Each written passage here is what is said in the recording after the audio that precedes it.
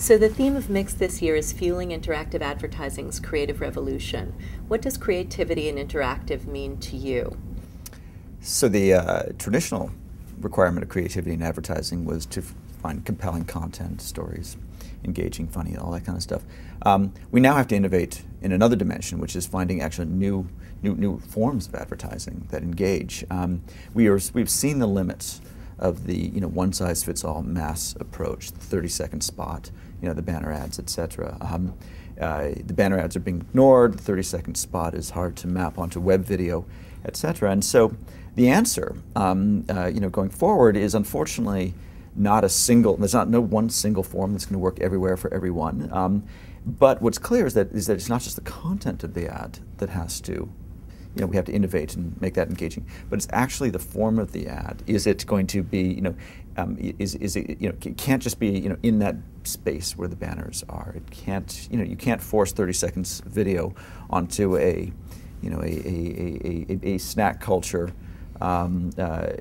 video marketplace. Are these, the ads have to be interactive, but there's no, again, one form of that. They need moving pictures, but, it has to be relevant to the audience. They should interact with content in some engaging way, but every content is different. And so, you need these compound skills. You need to understand products. You need to understand consumers. You need to understand technology. You need to have creatives who will come up with engaging stories and images, etc. And the ads need to look different, and every ad needs to look different to be appropriate for its community and to stand out. In a marketplace that is getting all too good at ignoring conventional ads. Can you tell us what you think is most important about MIXX and the IAB's role in the interactive industry? I think this is a time where, interestingly, the advertising industry, i.e. the advertisers and ad agencies and media buyers, etc., are in some sense the bottleneck in this whole process. The audience has already moved. We get it. The audience is online. We see what they want to do. It's quite easy to measure, and that generation has grown up online and has moved online to done. The content creators have hugely expanded to include millions of amateurs. So that trend is now clear. What has not moved as quickly is the advertising agency's ability to embrace and work in that. Google obviously invented a new form of advertising with AdWords and AdSense, and that was terrific. It was really good for Google, and it was good for those kind of ads, the kind of ads that can be text ads, the kind of ads that turn into an immediate transaction, the kind of if you're selling something directly, especially online, that works brilliantly. But for brand advertising, it does not work as well. The banner ads is now seeing its limits. That doesn't work as well. And I think that what we need to do is we need to get the advertising world to become creative in the use of this technology, not just the creation of ads, but inventing new forms of ads. And the IAB, to the extent it can stimulate innovation, create standards, propagate best practice, can break through this logjam and get get agencies and clients to start thinking creatively about what's different about the way consumers are now engaging with the media, and to do 1,000 experiments that will reveal the way forward for them and possibly others. What's the single most compelling trend in interactive media, in your opinion?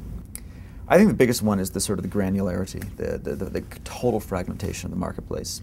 As we've gone from the offline world, so the analog world, to the digital world, the biggest trend has been the demise of the mass market. The demise of the 10 million people watching American Idol at the same time. Not only are the television trends continuing to decline in terms of the audience, but as you move online, they're not going to any one place. We're seeing the rise of millions and millions of niches, and these niches, it turns out to be where people really engaged. And the mass media, that continues to exist, but that's not where the true engagement exists. The true engagement exists on the Facebooks, on the Twitter streams, in the micro communities around people's community, people's friends and their family and their local community and their interests. And what's difficult about this, this fragmentation of the audience is that there is no one-size-fits-all advertising market, advertising method. that works in that. Each one of these communities needs to be engaged with on a different way to be effective, and text ads are not the only way. The only way we've discovered so far that scales. But we need to find a new way for these communities who have a natural affinity to products for those products to actually find a way to engage, find a way to participate that isn't just slapping a banner and hoping for the best. What do you think today's consumer wants? Well, today's consumer wants what they want. The problem is that, again, the problem is fragmentation, that every consumer is different. What today's consumer wants is something relevant, and everybody defines that differently. They're just not going to put up with having their time wasted because that's the price of admission.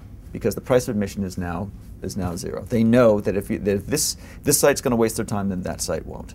So they're gravitating towards the sites that have the highest signal-to-noise ratio, the highest relevance for them,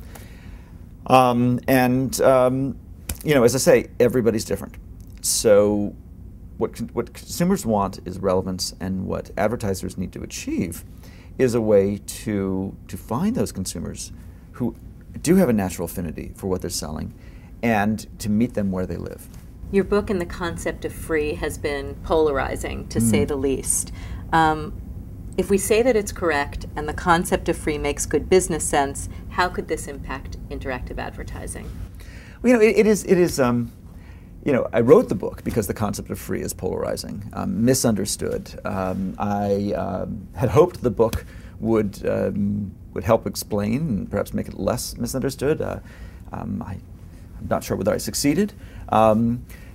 Free is more misunderstood than it is polarizing. If you understand free properly, which is to say, free is always matched with paid. It's not 100% free. No one's talking about this sort of era when you can't make money. What it is that bits allow you to give things away for free because the cost of them is so low. But you do so for a reason. You do so to market something else. In traditional media, by the way, free should not be controversial. Radio's free to air, television's free to air. Our content is usually been given away, subsidized to the point of being almost free. We get it. You give away, there's two parties. There's consumers and there's advertisers. You give away a product free to one party, the consumer, to create an audience. That audience has a pool of attention. You sell that pool of attention to advertisers.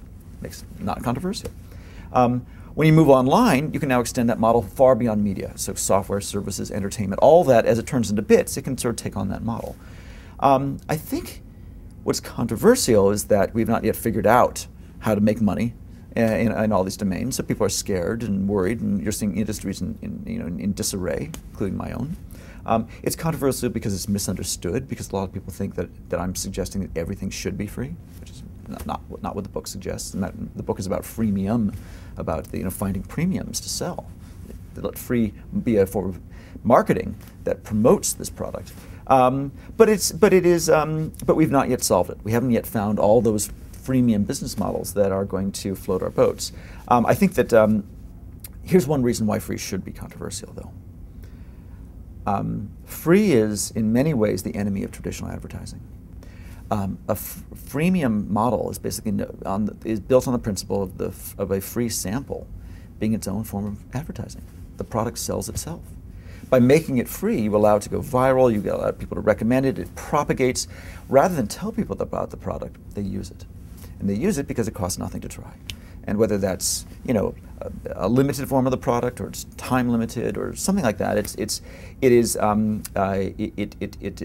better to let people sample than to simply sell. As you see companies adopt freemium, they tend to do less traditional advertising.